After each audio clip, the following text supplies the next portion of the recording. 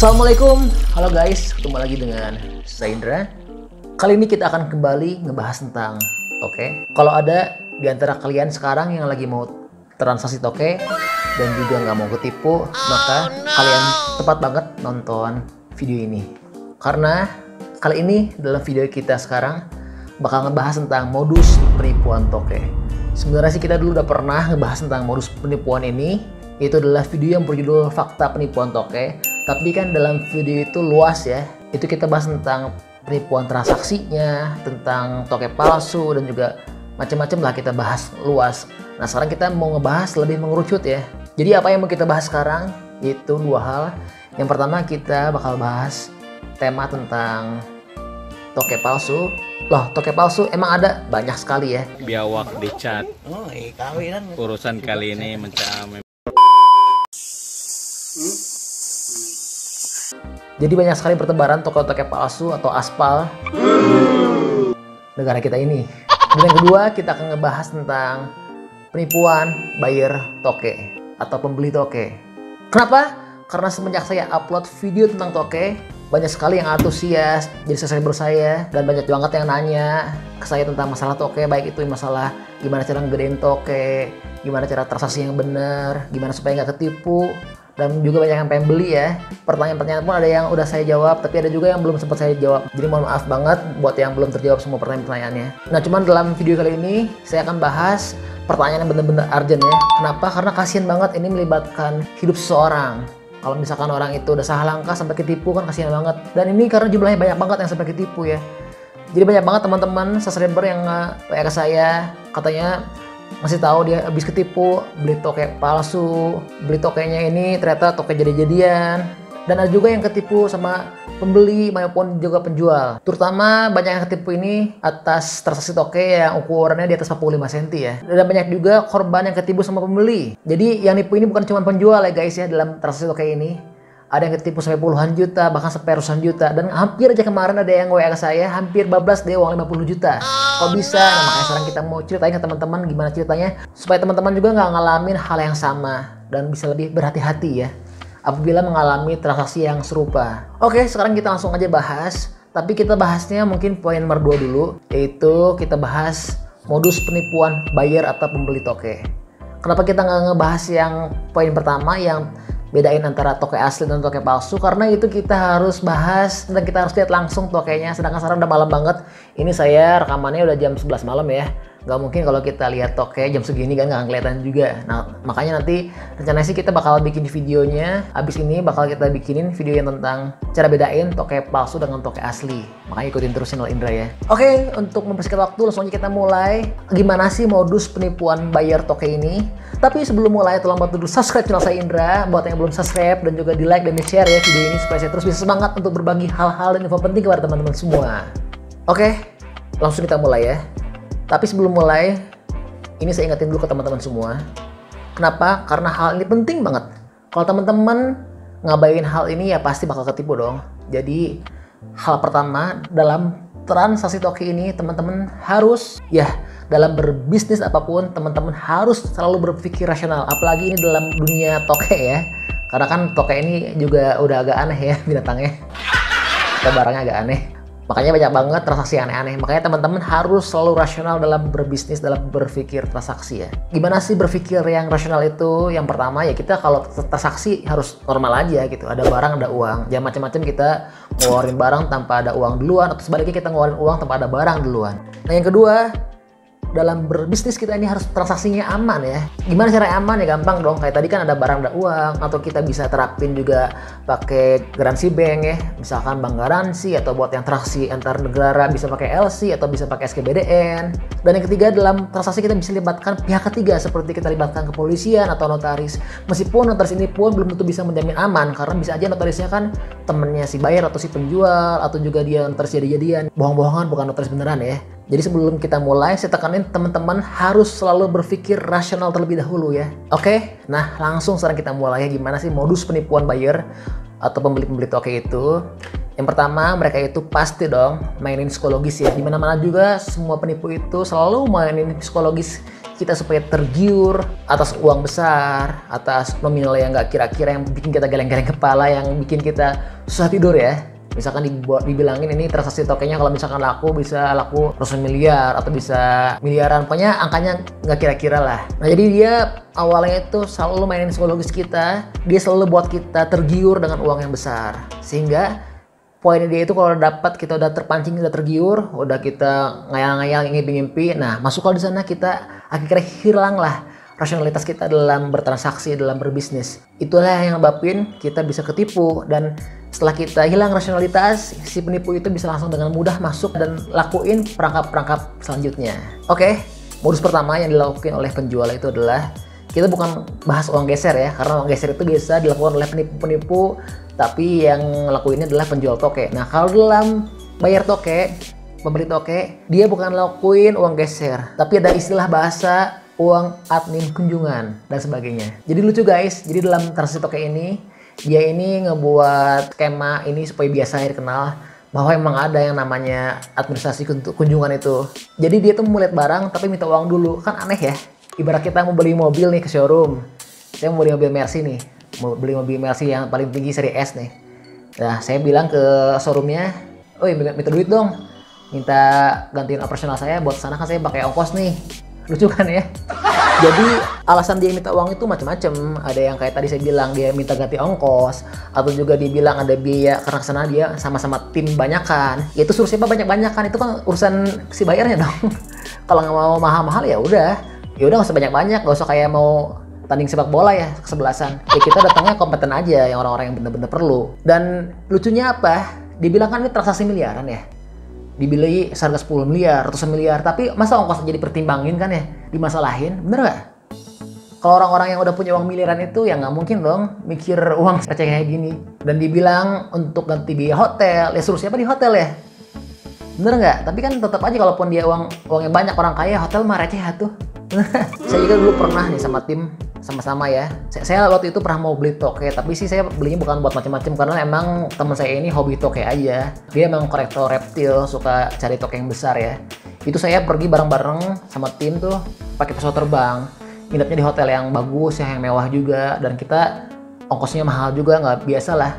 Dan kita ngerepotin bayarnya kok, kita pakai biaya sendiri, nggak minta-minta apa-apa, nggak ngemis-ngemis. Karena kita emang bener-bener bayar beneran, dan kita juga uangnya ada juga ya. Nah kecuali kalau kita ini pembeli abal-abal ya pasti bakalan minta ongkos dong. Nah karena si bayar penipu itu nggak mau dibilangin bayar abal-abal, makanya dibilang, katanya alasan minta biaya admin kunjungan ini adalah karena sebelumnya udah sering ditipu sama penjual-penjual, udah sering di PHP-in, udah sering dikecewa. Itu salah sendiri ya. Kenapa dia nggak jeli, nggak bisa verifikasi, nggak bisa menvalidkan, mana aja seller-seller yang benar-benar valid barangnya, dia punya toke yang bener, yang bagus, yang sesuai dengan kriteria dia. Kalau seandainya nggak masuk kriteria ya nggak, jangan dipaksain. Kenapa harus lihat ke sana? Dan kalaupun misalkan dia udah datang ke sana jauh-jauh, udah keluar ongkos, keluar biaya-biaya, dan barang yang sesuai, nggak masalah kan? Balik lagi aja ke sana, ke kampung halaman dia. Saya juga gitu kok lagi dulu lihat toke. Nah terus lucu banget nih, kemarin baru aja saya ngalamin hal yang agak aneh ya. Jadi saya kan emang bikin konten YouTube tentang toke ya. Dan saya juga nggak pernah sih bilang toke mau dijual. Meskipun kalau teman-teman ada yang mau beli, alhamdulillah kan saya senang banget ya. Dan saya pun tidak memaksa kan. Nah kemarin tuh ada yang tiba-tiba nge-DM, maksa banget mau minta beli toke saya. Sampai-sampai ada bahasa, sebenarnya sih saya nggak masalah ya, senang-senang aja ada yang maksa mau beli toke. Alhamdulillah terus rezekinya kalau misalkan jadi deal. Cuman yang saya tekanin ini masalahnya apa coba? Dia itu ada kata-kata minta ganti kompensasi kalau misalkan tokenya nggak sesuai yang dia butuhin. Ya di sini saya agak lucu aja ya. Yang pertama ya dia ngomong sama siapa juga kan ya. Nggak mungkin juga saya mau coba main-main juga kan. Kalau dia ngomong sama orang gak jelas ya oke lah ngomong kayak gitu. Ini kan ngomong sama saya minta kompensasi kalau misalkan ada yang barang yang nggak sesuai. Agak aneh juga. Kalau misalkan nggak sesuai ya udah aja baik lagi. Dan kita juga nggak mungkin dong sembarangan nawarin produk yang berbeda dengan yang ada ya. Nah itulah yang saya bilang ciri-ciri bayar yang abal-abal tuh kayak gitu. Makanya kalau kita bagus rasionalnya, kita kan nggak mungkin mau ketipu dong, nggak mungkin mau ngikutin skema dia. Jadi tips penting teman-teman selalu rasional dalam berpikir berbisnis atau bertransaksi ya. Nah sekarang kita bahas modus kedua ya dalam penipuan bayar ini. Jadi dalam transaksi toke ini dikenal banget sangat belibet dan juga panjang mekanismenya ya. Kenapa? Karena dibilang alasannya itu ini uangnya besar, miliaran. Jadi harus mulai proses panjang ini itulah, ada verifikasi ini itu. Padahal kalau misalkan dia bener-bener niat beli dan uangnya ada, ini sebenarnya simpel sih guys. Saya juga pernah sih beberapa kali transaksi besar ya, ini luar biasa jumlahnya sampai miliaran. Kayak dulu pernah kita transaksi batu bara atau juga transaksi nikel. Itu sih nggak aneh-aneh kalau kita transaksi uang besar kan kita tinggal pakai bond ya, atau bisa garansi bank. Kalau kita dalam negeri bisa pakai SKBDN, luar negeri bisa pakai LC. Pokoknya semua terjamin, semua merasa aman baik dibayar maupun sellernya. Itu kalau kita bisa transaksi besar dan cerdik kan bisa pakai jasa tersebut ya. Nggak usah pusing-pusing juga. Atau bisa juga langsung transfer kan, nggak usah pusing-pusing sama-sama ke bank kan. Nggak susah tuh kalau misalkan barangnya udah ada. Nah singkat cerita ini yang dialamin sama subscriber saya yang kemarin udah nge-WhatsApp saya, udah nge-DM di Instagram ya. Jadi dia tuh bilang ke saya, tolong bang, tolong mas, dibalas WhatsApp saya karena saya lagi bener-bener urgent banget, ada yang mendesak banget ya, karena saya juga takutnya ada apa-apa, khawatir ya, kasihan juga kalau sampai ada penipuan ya, saya balas lah. Dan saya baca, nah ternyata si subscriber saya ini dia ternyata mau dimintain uang sampai senilai 50 juta untuk biaya verifikasi. Jadi dibilanginnya itu si tokenya punya subscriber saya ini udah oke katanya, lolos tahap verifikasi. Nah ini sudah bisa lanjut ke tahap selanjutnya, yaitu untuk tahap pembayaran uang lock. Dan yang mau dibayar juga uang locknya luar biasa nominalnya guys, sampai sekitar 2 miliar. Karena transaksinya pun ini sangat besar, sampai dibilang dinilai tokennya ini sampai harga 100 miliar.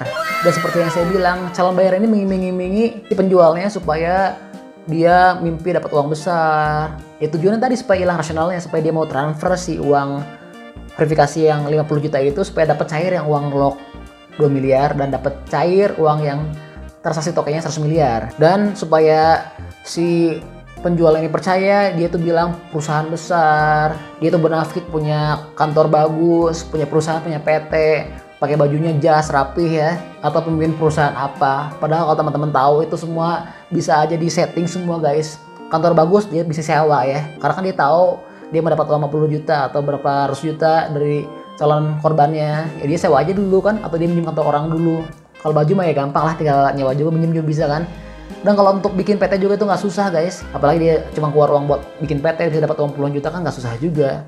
Jangan itulah, perusahaan yang bener-bener gede aja, yang udah go public ya, udah keluar publik, semua orang udah pada tahu. Yang kemarin baru ini kejadian penipuan kan, yang untuk kasus Haji dan Umroh, apa itu nama perusahaannya teman-teman tahu kan, nggak usah saya sebutin. Dan juga ada perusahaan otomotif ya yang jual secara online, yang kemarin rame juga, banyak penipuannya sampai ratusan miliar.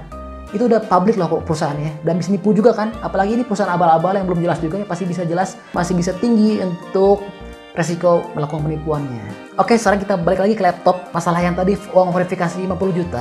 Kan tadi dia udah bilang kan mau bakal transfer uang lock sebesar 2 miliar. Kalau misalnya dia bener-bener serius mau beli barangnya atau kayak itu yang dibilang seharga miliaran, ratusan miliar, ya dia nggak akan susah guys. Ngapain dia berhenti tahapannya gara-gara si penjualnya nggak mau ngasih uang verifikasi yang cuma senilai 50 juta. Dia kan bilang mau transfer 2 miliar kan? Ya tinggal potong aja nggak? Bener nggak?